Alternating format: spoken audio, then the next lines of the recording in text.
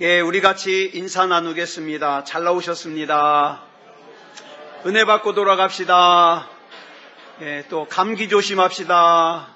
예, 있는 감기는 떠나갈지어다. 예, 감기는 다 떠나갈 줄 믿습니다. 이 시간에는 마태복음 14장 22절부터 32절 말씀까지 읽었습니다.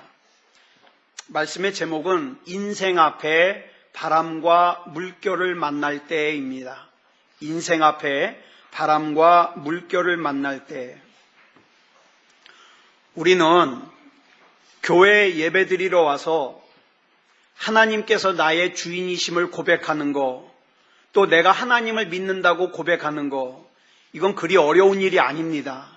어려운 일 아니에요. 또 하나님께서 나를 통치하신다고 입술로 고백하는 거, 그렇게 어려운 일이 아닙니다. 그런데 정작 우리가 우리 믿음을 드러내기가 어려운 장소가 있어요. 그게 어디냐면 의외로 우리의 일상적인 삶의 현장입니다. 우리의 일상적인 삶의 현장은 나에게 너무 익숙하고 편한 곳이지만, 너무 익숙하고 편해서 어떻습니까? 하나님과의 교제가 힘들 수 있어요. TV는 틀지만, 인터넷은 하지만, 핸드폰은 하지만 하나님과의 교제가 어려울 수 있습니다.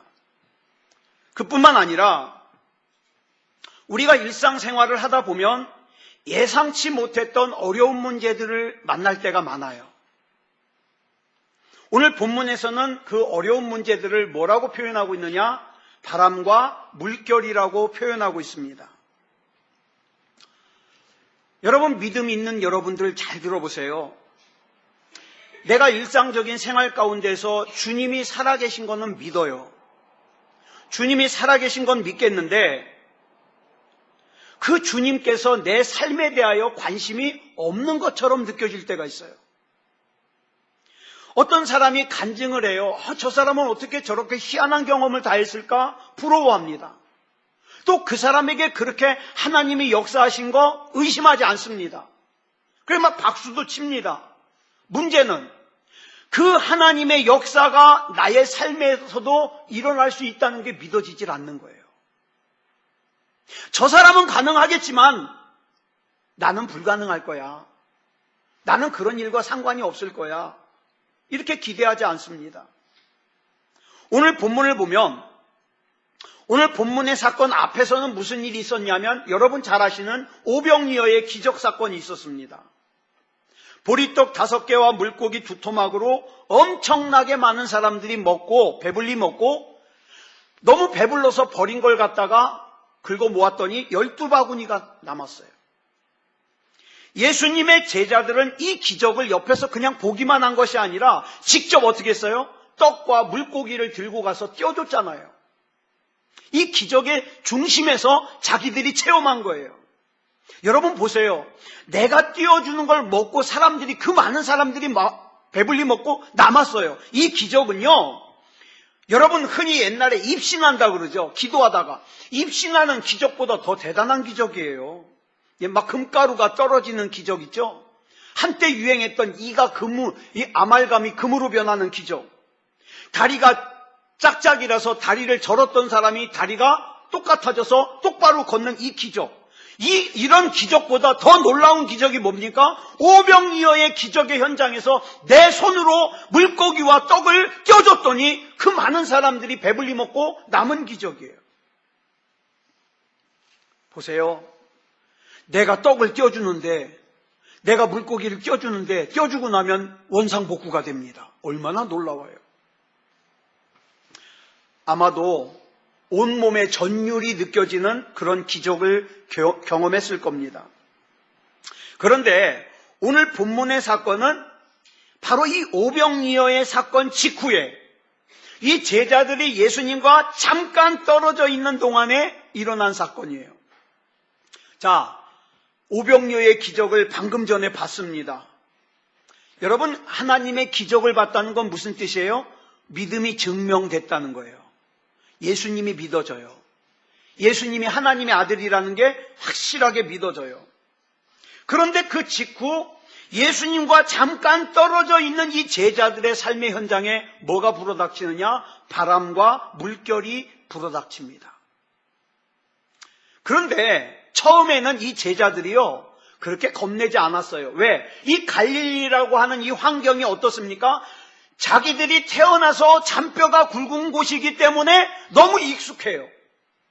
아, 바람이 이렇게 불면 이렇게 하면 돼.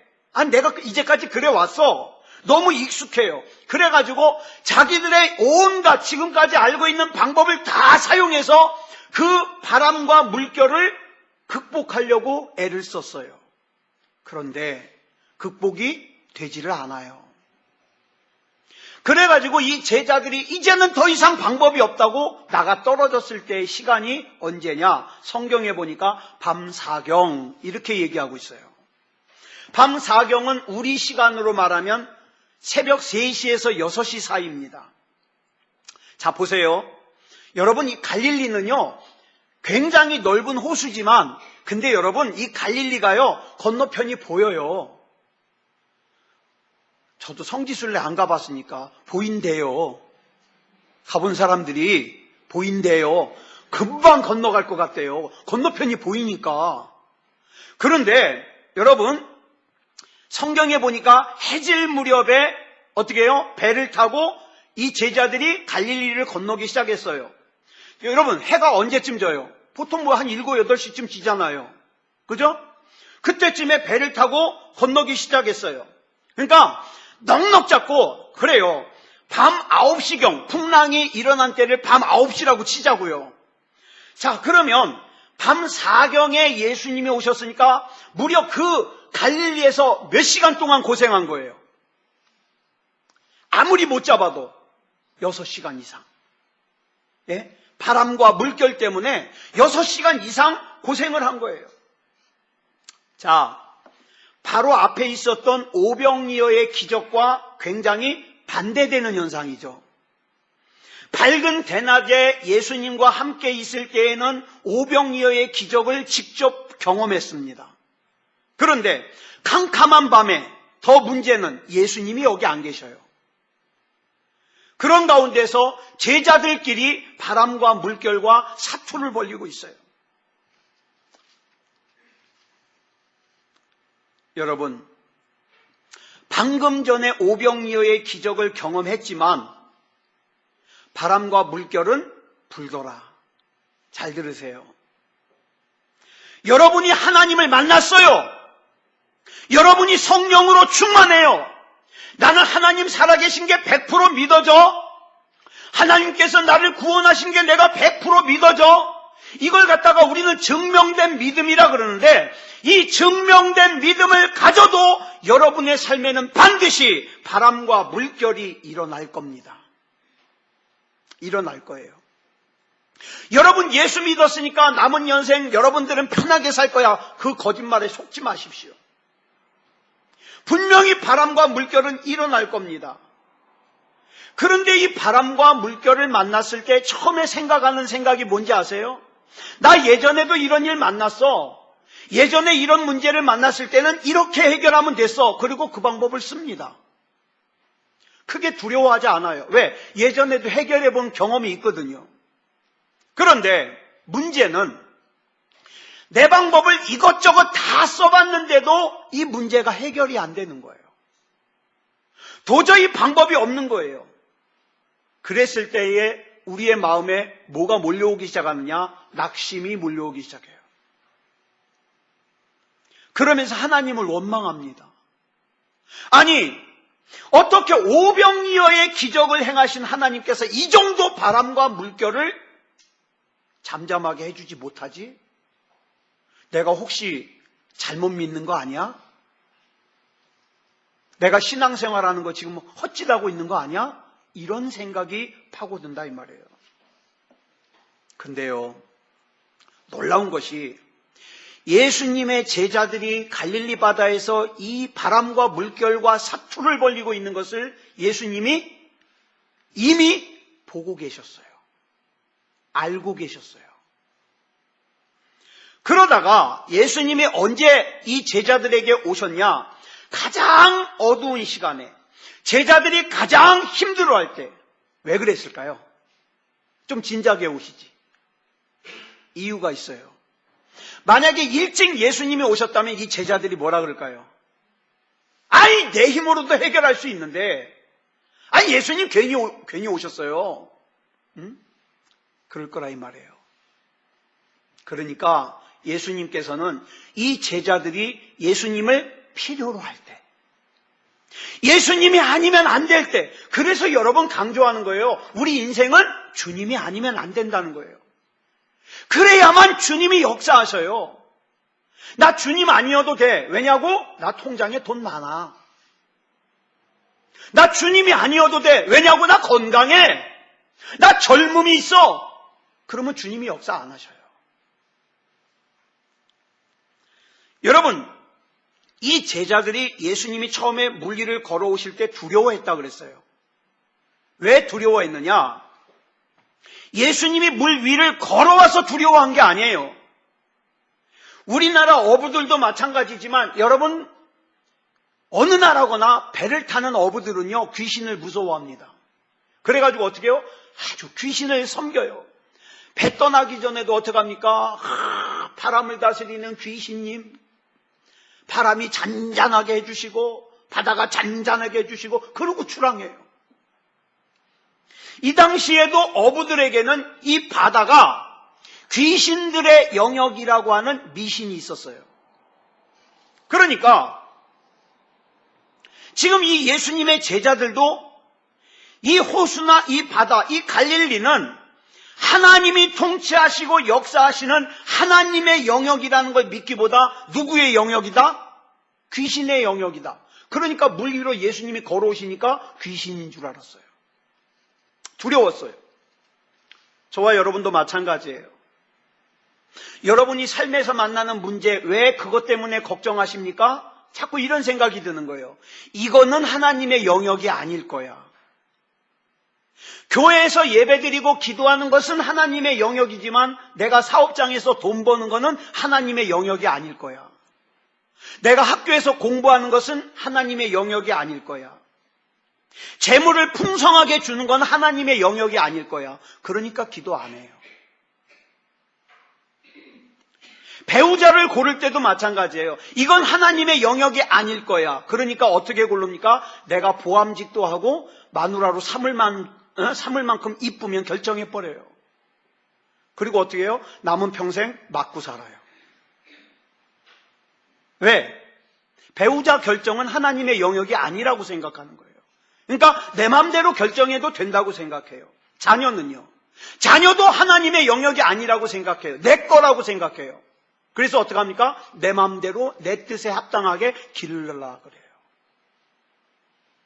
어떤 사람은 돈이면 모든 일을 할 수 있다고 생각해서 모든 세상은 돈의 영역이라고 생각해요. 그래서 돈 버는데 눈이 뻘개요. 자, 질문 드리겠습니다. 지금 여러분의 삶은 누구의 영역입니까? 여러분의 가정은 누구의 영역입니까? 여러분의 자녀는 누구의 영역입니까? 예배를 드릴 때는 당연히 예수님의 영역이라고 그럽니다. 문제는 내가 삶에 들어가서 삶 속에서 내가 바쁘게 살 때 내가 바쁘게 살고 있는 그 삶의 현장이 누구의 영역이냐고 물으면 여기도 예수님의 영역입니다라고 분명하게 대답할 수 있는 사람이 몇이나 되냐 이 말이에요. 내 돈도 예수님의 영역이라고 고백할 수 있는 사람이 몇이나 되냐 이 말이에요. 여러분, 학생이 시험 공부할 때에 이 성적이 내 인생이 하나님의 영역이라는 게 믿어지지 않으면 어떻게 합니까? 시험 볼 때는 예배 안 드려요. 바쁜데 뭐. 여러분 사랑하는 눈에 넣어도 아프지 않을 것 같은 자녀들의 미래는 누구의 영역입니까? 부모의 영역입니까? 잘못 생각하셨습니다.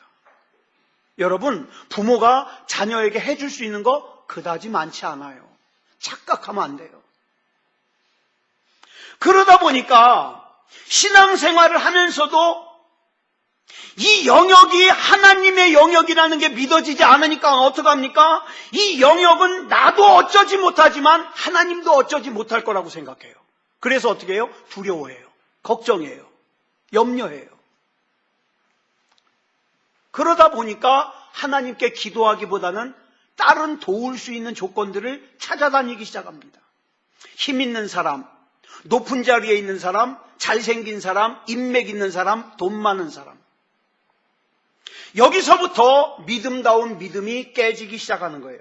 마치 여러분 잘 아시는 대로 5번 결혼하고 5번 이혼하고 6번째는 남의 여자의 남편과 남자와 동거하고 있는 이 사마리아 여인이 자기의 그 갈증을 풀어줄 남자를 찾아서 헤매고 다니는 것과 똑같아요. 누가 나에게 만족을 줄까? 나 하나님은 믿어지지 않으니까 난 예배 기대 안 해. 기도 기대 안 해. 어떤 사람이 나에게 만족을 줄까? 그러고 인생을 목말라하면서 사는 거예요. 절대로 만족을 얻을 수 없다 이 말이에요. 예수님께서 함께 계시고 예수님께서 역사하실 때는 믿음이 있어 보이지만 예수님께서 역사하지 않는 것 같은 일반적인 현장에서는 믿음이 없어요. 그러니까 어떻게 해요? 자기 소견에 옳은 대로 살려고 그래요. 그래서 제자들은 예수님이 바다 위를 갈릴리 위를 걸어오실 때 그 물 위를 걸어오시는 분이 예수님이실 리가 없다고 생각했어요. 왜? 거기가 예수님의 영역이라는 걸 믿지 못하니까. 그런데 그 자리에 예수님이 오셔서 하시는 말씀이 있어요. 이거 굉장히 중요한 말씀이에요. 같이 읽어볼까요? 시작. 안심하라. 나니 두려워하지 말라. 이 말씀이 무슨 뜻일까요? 내포되어 있는 뜻이 이런 뜻입니다. 이곳도 나의 영역이다. 믿으십니까? 이곳도 나의 영역이다. 이곳도 내가 통치하고 있다. 이곳도 내가 주관하고 있다. 지금 여러분의 삶은 분명히 뭔가에 끌려가고 있을 겁니다. 그러니까 바쁜 거예요. 그런데 여러분의 삶을 이끌어가는 것이 예수님 이외에 다른 것이라면 결국에는 허무한 인생으로 마무리할 거예요. 이거는 제가 분명하게 말씀을 드릴 수 있어요. 구원과 상관이 없는 인생을 살게 될 겁니다. 우리는 가끔 우리 인생이 꼬인다고 생각할 때가 있어요. 제가 지금 요한계시록, 우리 수요일날 요한계시록 하잖아요. 제가 요한계시록을 미리 준비하면서 제가 참 은혜를 받아요. 여러분, 마지막 때에 사람이 힘든 게 왜 힘든지 아세요? 말씀에 어두워지니까 힘든 거예요. 말씀이 어두워지니까. 가장 핵심적인 요인이 하나님 말씀에 어두워지니까 힘들어지더라 이 말이에요.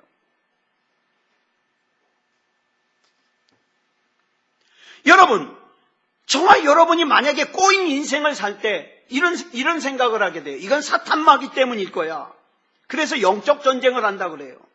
자, 그런데 내가 하나님 말씀대로 살았는데도 그런 일을 겪는다면 이런 생각할 거예요. 이건 사탄마귀가 나를 넘어뜨리려고 하는 거니까 이겨야 돼. 그래도 명목이 있어요. 문제는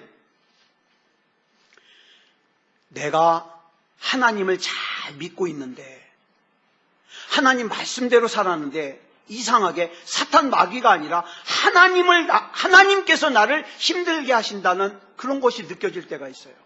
여러분, 우리가 사무엘상을 살펴볼 때 한나, 기억하시죠? 한나, 사무엘의 어머니 한나가 아기를 낳지 못하도록 태를 닫은 게 누구라고요? 누구? 하나님. 마귀가 닫은 거 아니에요. 하나님이 닫으셨어요. 내가 사랑하는 하나님인데, 내가 믿는 하나님인데, 나를 사랑하시고 나에게 가장 좋은 것을 주신다고 믿었던 하나님인데, 하나님이 한나의 태를 닫으셨어요.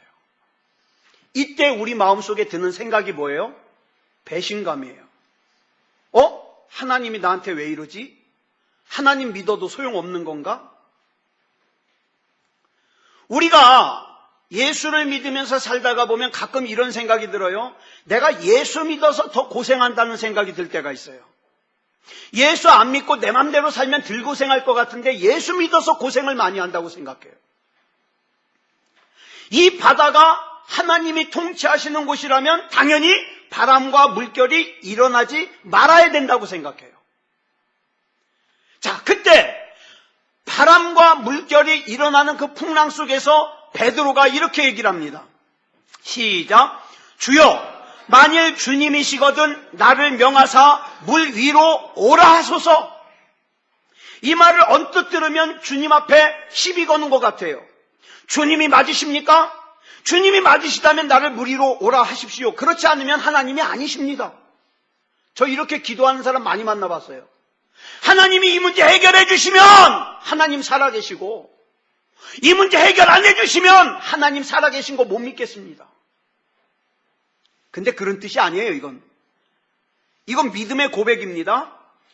주님이 맞으시다면 나로 하여금 물 위를 걷게 하실 수 있음을 내가 믿습니다. 이 뜻이에요. 이 고백이 쉬운 것 같죠? 쉽지 않아요. 왜냐하면 베드로의 직업이 뭐예요? 어부예요. 베드로가 제일 잘 알고 있는 게 갈릴리 바다예요.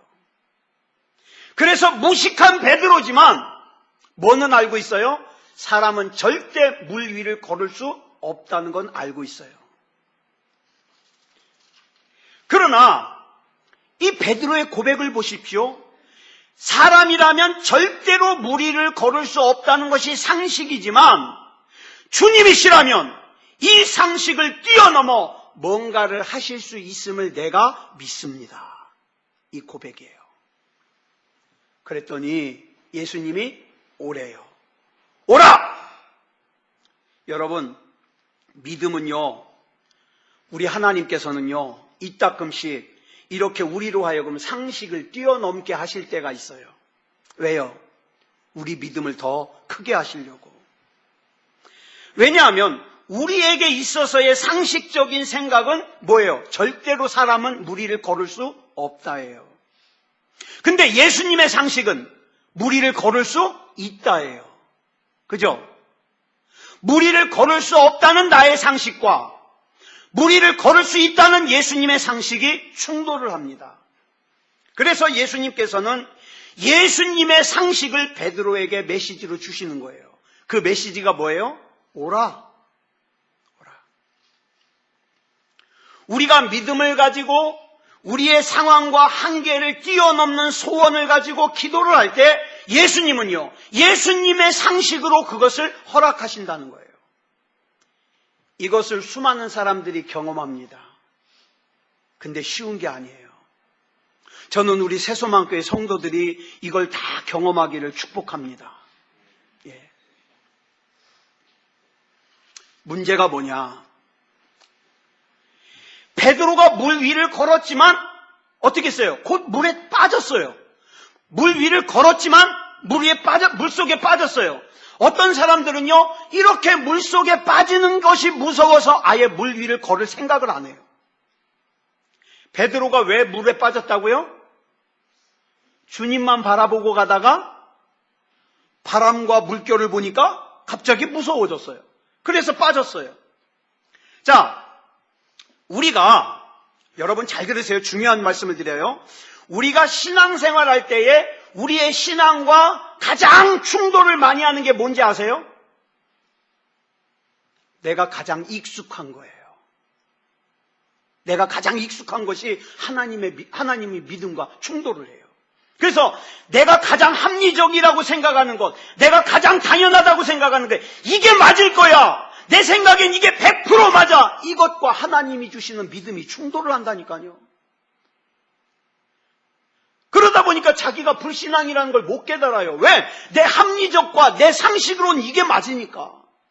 끝까지 버티는 거예요. 고집 부리는 거예요. 내가 주님을 바라볼 때에는 바람과 파도가 보이지 않아요. 근데 눈을 들어서 옆에를 보니까 문제가 많아요. 취직도 해야 되지요. 결혼도 해야 되지요. 대학도 가야 되지요. 사회적으로 안정도 돼야 되죠. 바람과 물결이 장난이 아니죠. 야, 이거 내가 예수만 믿고 있는다고 될까?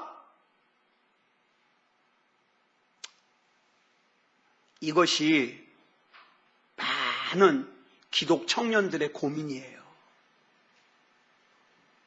내가 온 힘을 다하여 내가 이 삶을 위해서 뛰어도 모자를 파네. 내가 하나님 앞에 헌신하고 하나님 앞에 맡긴다니까 이거 잘못하면 누가 책임져?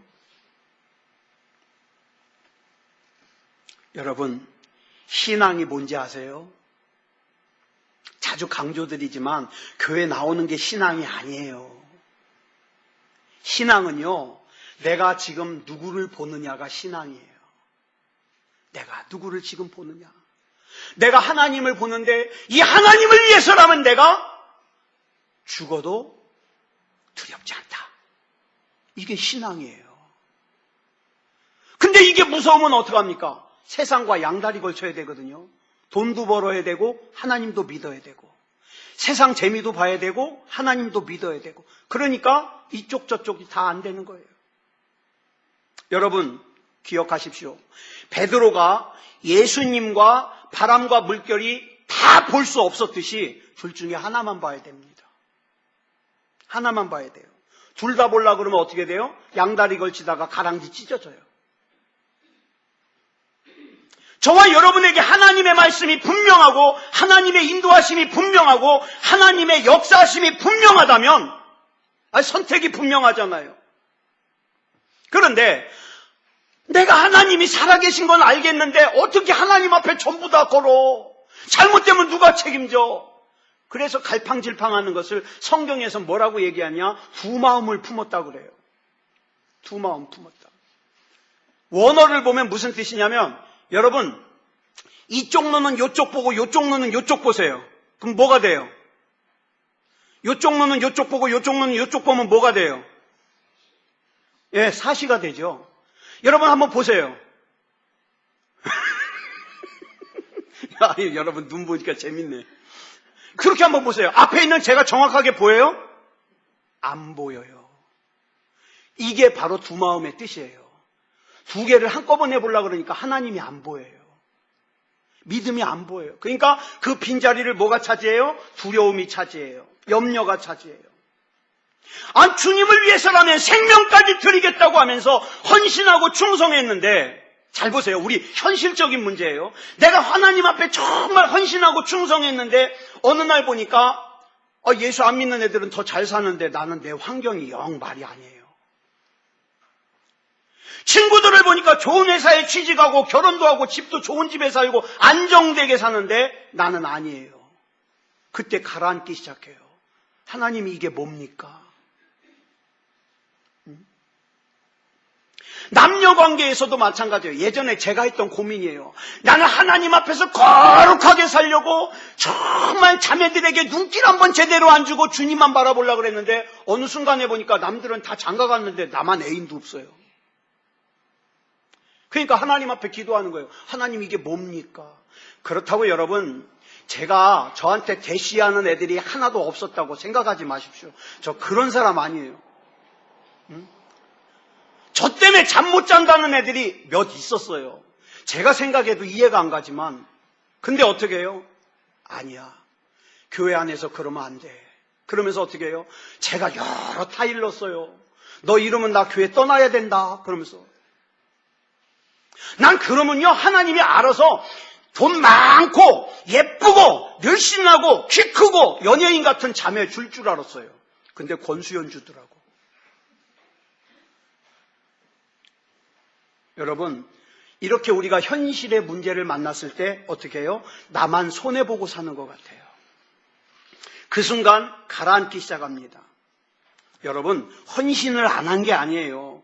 믿음의 고백을 안 한 게 아니에요. 믿음의 역사를 경험하지 않은 게 아니에요. 다 봤어요. 경험했어요. 그렇지만 내 삶 가운데서 만나는 물결과 파도 때문에 바람 때문에 가라앉을 때가 있다 이 말이에요. 여러분 믿음이 약해서 그런 거 아니에요. 너무 자책하지 마세요. 근데 어떤 사람들이 이런 상황을 만나면요. 내가 하나님 앞에 그렇게 헌신했는데 내가 이렇게밖에 안 돼? 그러면서 어떻게 해요? 나 이제 헌신 안 해. 나 봉사 안 해. 나 더 이상 바보같이 안 살아. 그러면서 그 자리를 떠나요? 그게 진짜 바보예요. 진짜 바보예요. 근데 마귀는 눈을 가려서 진짜 바보가 바보인 줄 모르게 해요. 여러분, 제가 분명한 예언 하나 할게요. 여러분은 앞으로 사시면서 여러 차례 가라앉음을 경험할 겁니다. 저 역시도 여러 차례 가라앉을 거예요. 그럼에도 불구하고 우리가 좌절하거나 포기하지 않는 것은 예수님의 반응 때문이에요. 본문에 보니까 베드로가 물에 가라앉으면서 좌절하고 끝나지 않았어요. 베드로는 자기의 가라앉음을 창피하지 않았어요. 만약에 성경에서 베드로가 물속에 빠지면서 하나님 앞에 창피해. 내가 왜 예수님 안 보고 바람을 봤지? 그래가지고 창피해가지고 아예 잠수를 해버렸어요. 그러면 성경의 내용이 달라졌겠죠. 이에 예수께서 당황하여 베드로를 찾으시더라. 뭐 이렇게 바뀌었겠죠. 또는 예수님께서 베드로를 찾으시기 위해서 황급히 잠수하시더라. 뭐 이렇게 바뀌었겠죠. 근데 성경은 그렇게 이상하게 끝나지 않아요. 놀라운 것은 그 상황에서 베드로가 고백을 하더라는 거예요. 고백. 무슨 고백을 해요? 본문 30절에 시작. 주여 나를 구원하소서. 저와 여러분이 가라앉을 때 있어요. 목사도 가라앉고 권사도 가라앉고 집사도 가라앉고 다 가라앉아요. 그럴 때 우리에게 필요한 게 뭐예요? 주여 나를 구원하소서. 이게 필요한 거예요. 내가 이렇게 믿음이 없는데 하나님이 나 도와줄까? 그건 네가 생각할 문제가 아니에요. 주여 나를 구원하소서. 그러자 예수님이 즉시 손을 내밀어 베드로를 붙잡으셨습니다. 사랑하는 여러분, 우리가 하나님 앞에 믿음으로 고백하고 하나님 앞에 헌신하기로 결정했을 때 우리가 취해야 될 중요한 태도는 뭔지 아세요? 내 힘으로 하지 않겠다입니다. 내 힘으로 하지 않겠다. 내 힘으로 사람들의 마음을 끌어들이겠다. 내 힘으로 설득하겠다. 그거 아니라 이 말이에요. 주님이 아니면 안 된다. 주여 나를 구원하소서. 주여 우리 가정을 구원하소서. 주여 내 새끼들을 구원하소서. 그랬을 때 주님이 붙잡으십니다. 붙잡으셔요. 그리고 이런 말씀하시죠. 시작. 믿음이 작은 자여 왜 의심하였느냐. 이 말씀을 언뜻 들으면 책망하시는 것 같은데 책망이 아니에요. 정확한 뜻은 이겁니다.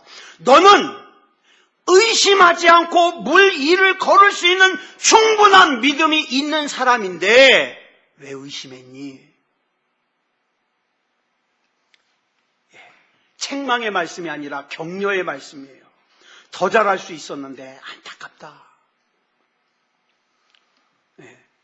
너는 나의 제자기 때문에 의심하지 않고 충분히 물 위를 끝까지 걸을 수 있는데 왜 의심했어?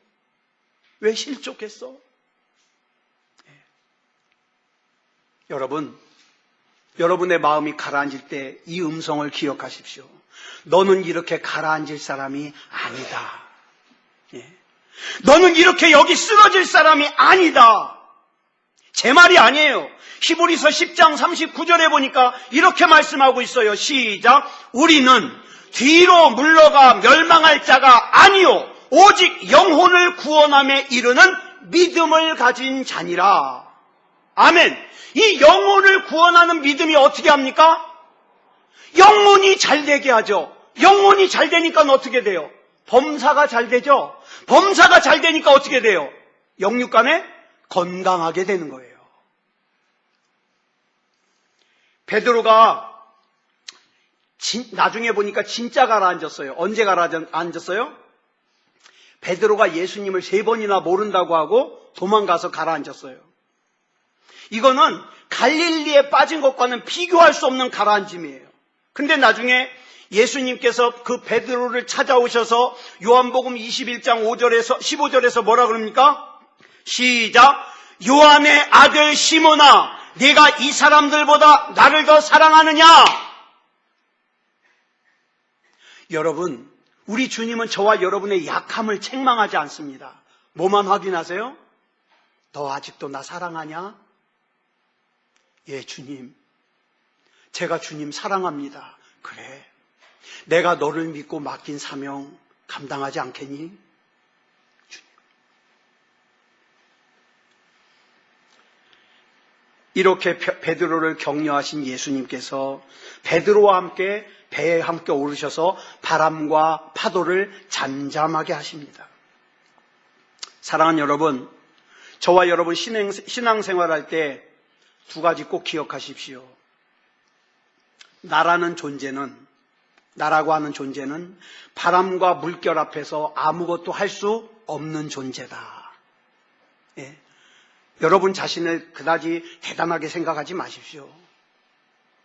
그 다음에 또 한 가지는 뭐냐면, 그렇지만 이런 나의 환경을 뛰어넘어 주님과 동행할 때에 주님은 하실 수 있습니다. 예. 저는 이 비밀을 여러분들이 확신하고 여러분들 안에 증명되기를 저는 소원합니다. 어려운 일 당할 때 에휴, 내가 그러면 그렇지, 그러지 마십시오. 여러분이 얼마나 대단한 인생인지 아세요? 하나님이 여러분을 얼마나 귀하게 여기는지 아세요?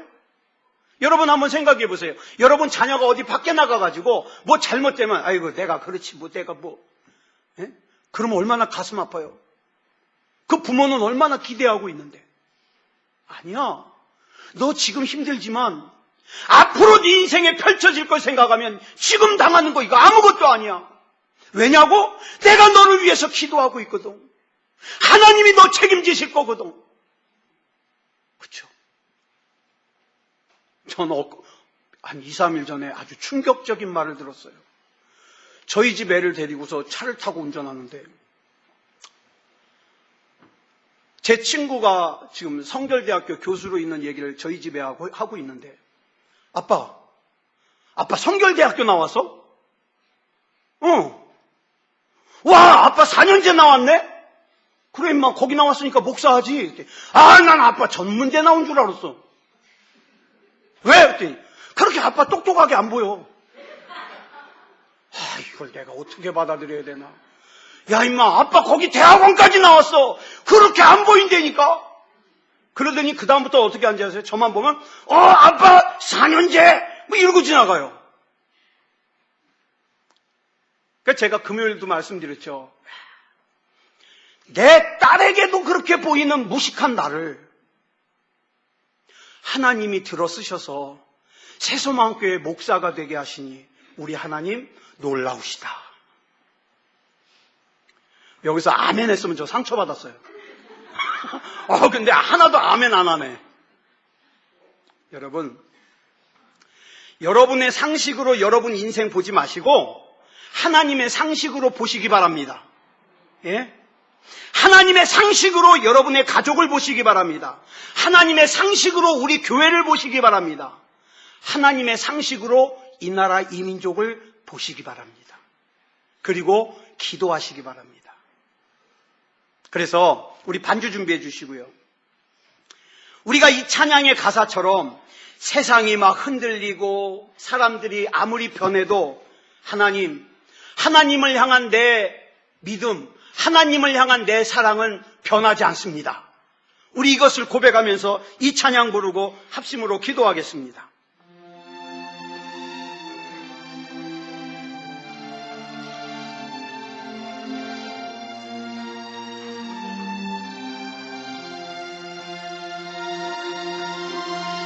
세상 흔들리고 사람들은 변하여도 나는 주를 섬기리. 주님의 사랑은 영원히 변하지 않네. 나는 주를 신뢰해. 오직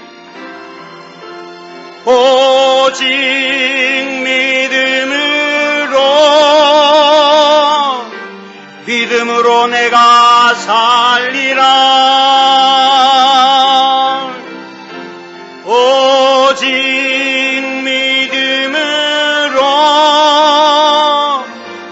믿음으로 내가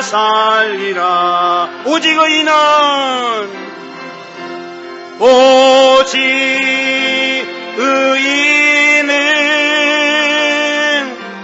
믿음으로 말미암아 살리라. 오직 의인은 믿음으로 말미암아 살리라. 믿음 흔들리고 사람들 주를 떠나도 나는 주를 섬기리. 아멘. 주님의 나라는 영원히 쇠하지 않네. 나는 주를 신뢰해. 아멘. 오직 믿음으로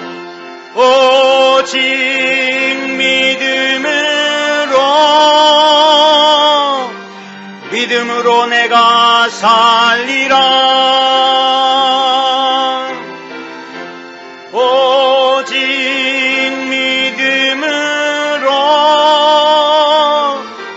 믿음으로 내가 살리라. 오직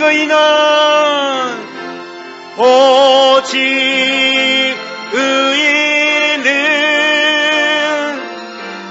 믿음으로 말미암아 살리라. 오직 의인은 믿음으로 말미암아 살리라. 우리 이 시간 같이 기도하시겠습니다. 하나님, 내 인생이 편안해도 하나님이 인도하시는 겁니다. 그러나 내 인생 가운데 바람과 물결이 불어쳐도 하나님 여전히 나를 사랑하시고 나를 인도하심을 믿게 하여 주시옵소서. 흔들리지 말게 하여 주시고 오라! 그 다음에 우리를 구원해 주시는 하나님의 은혜를 우리가 경험하게 주시옵소서. 우리 이 시간 다 같이 합심으로 기도하겠습니다. 사랑의 아버지 하나님, 은혜를 감사합니다. 아버지 하나님이여, 내 인생이 평탄할 때나 내 인생이 어려울 때나 하나님이 여전히 나와 함께 계시고 역사하시고 인도하심을 믿습니다. 사랑의 아버지 하나님, 우리 하나님께서 붙잡아 주심을 믿습니다. 하나님 은혜 가운데 흔들리지 않게 해 주시옵소서. 사랑의 아버지 하나님, 하나님이 아니면 안 됩니다.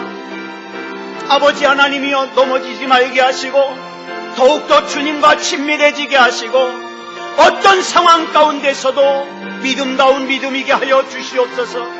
내 소원을 들어주셔야만 하나님이 살아계신 것이 아니라 하나님의 뜻 안에서, 하나님의 섭리 안에서 하나님께서 역사하심을 믿습니다. 아버지 하나님, 하나님을 향한 신뢰가 흔들리지 않게 하시고 더욱더 믿음다운 믿음이게 하여 주시옵소서. 모든 것을 우리 주님 앞에 맡겨드리오며 그리스도 예수님의 이름으로 간절히 기도드렸사옵나이다. 아멘.